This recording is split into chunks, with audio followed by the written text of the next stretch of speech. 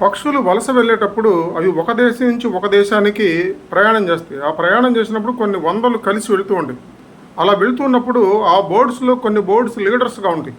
అవి ఏం చేస్తుందంటే ముందు అది ఫస్ట్ ముందు ఉంటుంది. అది ముందుండి కొంచెంసేపు ఒక వేగాన్ని మెయింటైన్ చేస్తూ అలసిపోకుండా ఒక సర్టన్ వేగంతో అది ముందుకు తీసుకెళ్తూ ఉంటుంది మార్గాన్ని చూసుకుంటూ. దాని వెనక అది అలసిపోయిన తర్వాత ఏం చేసిద్దంటే ఇంకొక బోర్డుని ఎంకరేజ్ చేసింది. ఆ బోర్డు ముందుకు వచ్చి లీడర్గా తన టీంను ముందుకు తీసుకెళ్తూ ఉంటుంది.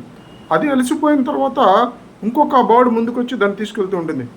ఈ బోర్డ్స్ మైగ్రేషన్ చేస్తున్నప్పుడు ఒక రోజులో రాలేవు, కొంత టైం పట్టింది, కొన్ని రోజులు పట్టింది, కొన్ని నెలలు కూడా పట్టింది.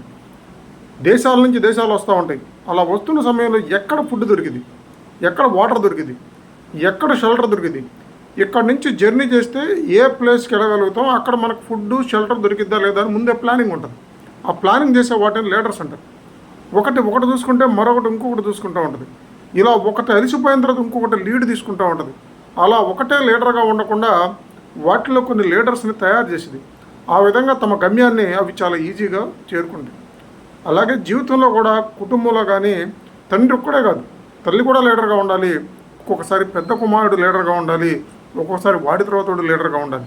కుటుంబంలో కూడా ఒక్కడే లీడర్ కాదు, అనేక మంది లీడర్స్ ఉండాలి. వాళ్ళ యాబ్సెన్స్లో వీళ్ళు లీడ్ తీసుకోవాలి, వాళ్ళ యాబ్సెన్స్లో ఇంకొకటి లీడ్ తీసుకుంటే ఆ కుటుంబం ముందుకు వెళ్ళిద్ది. అలాగే తమిళనాడు మాజీ ముఖ్యమంత్రి ఎంజి రామచంద్రన్ గారికి పిల్లలు లేరు. పిల్లలు లేకపోతే తన పార్టీలో సరైన నాయకత్వం వహించగలిగిన శక్తి ఉన్నాడు. అలాగే తన పార్టీని ముందుకు తీసుకెళ్లేటువంటి లీడర్ లేనప్పుడు ఆయన ప్రత్యేకంగా జయలలితని పిలిపించి ఆమె పార్టీ పగ్గాలు ఇచ్చారు. పార్టీ పగ్గాలు ఇస్తే ఆమె జనాకర్షణతో ఆయన్ని హాస్పిటల్లో ఉంచి ముఖ్యమంత్రిని చేసింది. అలా ఆయన లీడర్ని తయారు చేశారు. అలాగే టాటా గ్రూపుల సంస్థ మన రతన్ టాటా గారికి పెళ్లి లేదు, పిల్లలు లేదు. ఆయన పరమేశ్వరన్ అనే వ్యక్తికి ఆ టాటా గ్రూపుల చైర్మన్గా చనిపోయారు. ఆయన టాటా కంపెనీని అద్భుతంగా ముందుకు తీసుకెళ్తున్నారు. ఎప్పుడూ కూడా తండ్రి తన పెద్ద కొడుకుని లీడర్గా పెంచాలి.